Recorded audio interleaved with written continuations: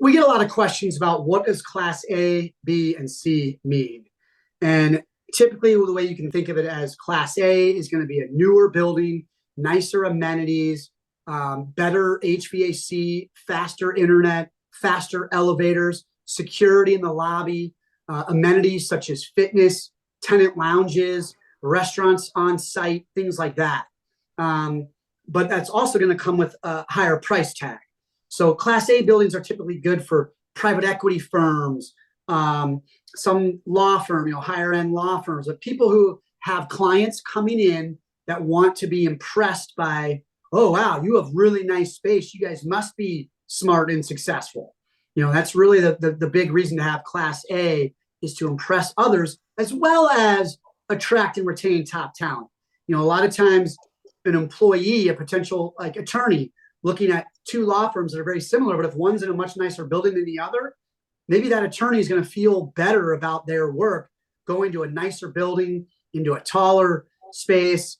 Also the safety factor. A lot of employees really appreciate the security in a Class A property where you can't get in without showing your ID and getting a pass to go in.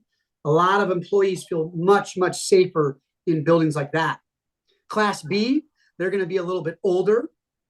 They're not going to have as many amenities. They may or may not have security. And sometimes that security is really just a security guard that's not even checking people in. It's just there watching things. The elevators may not be as fast. HVAC systems may not be as efficient and working as well. Same thing with the internet, may not be as fast and efficient. And then the price is going to be a little bit lower.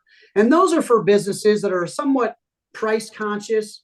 But, I typically look at Class B as, in general, the way to go. You can save some money versus a Class A. You can still get pretty nice buildings. You can still have a few amenities. Maybe you still have a tenant lounge and a fitness center or something like that. Maybe a restaurant, a fast casual restaurant or something like that. And then Class C, I typically, that's going to be much older buildings, outdated, elevators are old, no security, no real amenities, but the price point is much lower. Those are going to be great for cost-conscious businesses like not-for-profits, earlier stage businesses that haven't gotten their footing underneath them yet and are making a good amount of money. And what we're seeing a lot of when we have a dip in the market is there's this saying called flight to quality. So now people can move from a Class C to a B, but pay the same as they were before, and move from a Class B to a Class A and paying a similar amount to what they were before. Well, if everybody's moving up, what happens to the Class Cs, right? Those have the highest vacancy rates. And so there's a lot of talk and effort around conversions, converting those Class C office spaces to other uses like residential, hotels, whether it's on the residential side, it could be condos, it could be apartments, again, hotels, another thing, a common conversion, but those are also very costly to do a conversion. But a lot of these Class C buildings are being rendered obsolete. And so they have to be converted. Maybe low income housing is another thing that Chicago's mayor, Lori Lightfoot, has been pushing to do with these Class C properties. But, Class A, they look really nice. They've got a ton of amenities. They're beautiful, but you're going to pay for it. You're going to pay a lot more for those Class A properties. So it's really those businesses that are trying to either attract and retain top talent or impress their clients that are coming into the space. And then it just kind of the price drops as you go down. And interestingly enough, we have the lowest vacancy rate in Class A properties because everyone's doing that flight to quality during the pandemic.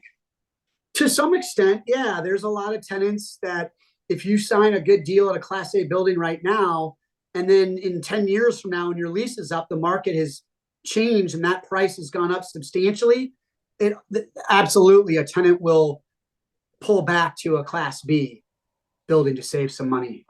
Yeah, I mean, they actually typically experience the lowest vacancy rates because, while there's a tremendous amount of small and medium-sized businesses, it's the largest businesses that kind of dominate the leasing landscape. They're the ones that are the anchor tenants, right? They sign up, like Salesforce Tower doesn't get built without Salesforce taking 500,000 square feet of a 1,000,000 square foot building. Our partners at Kirkland and Ellis. These Kirkland and Ellis partners are making $1 million, $2 million, $3 million a year. And if they need to, instead of making $3 million, they're going to make $2,800,000, but be in the nicest, newest building with a corner office. To them, it's worth it because their client, who might be Microsoft, it might be, Google, whomever it is, they got to show them that they're the best because, look, we've got the nicest office space. So some of the bigger companies that are making money hand over fist, they're always going to stay there, and they're going to grow, and they're going to need more and more space. So typically A spaces has the lowest vacancy, followed by B, and then C, regardless of the market. It was USAA calling their people back to the office. It was them recognizing that we are more productive. We have a better culture. We have better dissemination of information, right? Training of the younger people, mentorship, things of that nature when people are together. So they are calling their people back, just like in this article today is about Salesforce saying we are a far more profitable company when our people are together. They've got the stats to prove it. And then they quote in this article, Amazon, Meta, Tesla, Twitter.